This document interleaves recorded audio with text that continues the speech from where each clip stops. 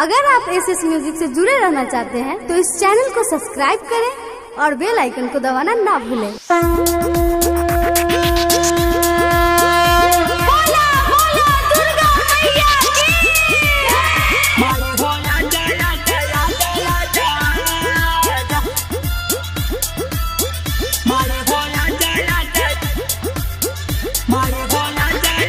DJ Nasruddin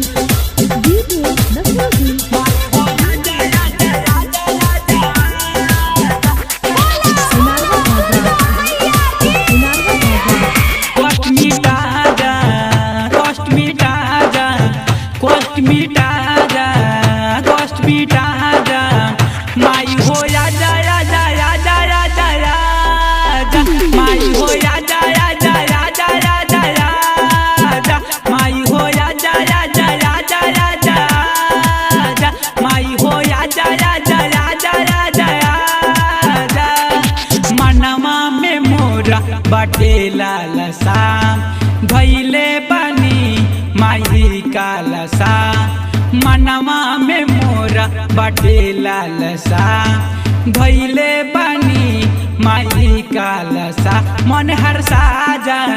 मन हर साजा मन हर साजा मन हर साजा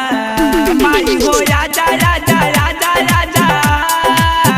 माई हो राजा राजा राजा राजा माई हो राजा राजा राजा राजा माई हो राजा राजा राजा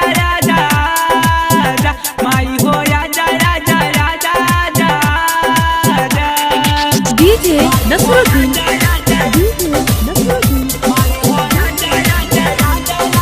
साहिद रिकॉर्डिंग स्टूडियो इनारवा बाजार।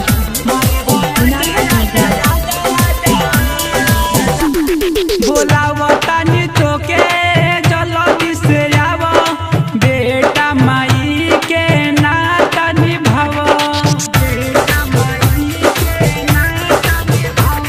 बोलावो तानी तोके जल्दी से आवो बेटा माई के नाता निभावो राह दिखा जा राह दिखा जा राह दिखा जा राह दिखा जा माई हो राजा राजा राजा राजा राजा माई हो राजा राजा राजा राजा राजा डीजे नसरुद्दीन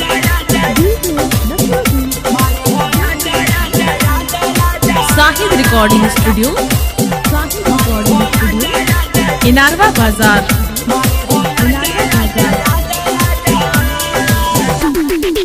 ममता के अपन अचारा ओढ़ावो चमकते अपन रूपवा दिखावो ममता के अपन अचारा ओढ़ावो चमकते अपन रूपवा दिखावो खुशी बरसा जा खुशी बरसा जा खुशी बरसा जा खुशी बरसा जा माई हो राजा राजा राजा राजा राजा माई हो राजा राजा राजा राजा राजा डीजे नसरुद्दीन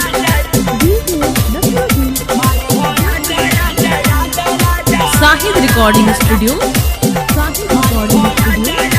इनारवा बाजार।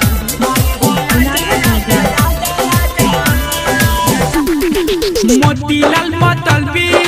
और रोजी लगावे राजू शर्मा चरण में शीशा झुकावे हाँ मोतीलाल मतलबी और रोजी लगावे राजू शर्मा चरण में शीशा झुकावे दरस दिखा जा दरस दिखा जा दरस दिखा जा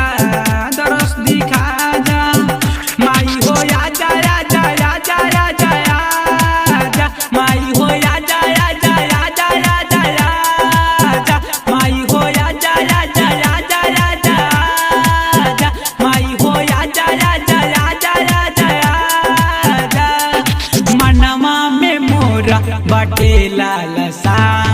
धैले बानी माई कालसा मनवा में मोरा बाटे लालसा धैले बानी माई कालसा मन हर साजा मन हर साजा मन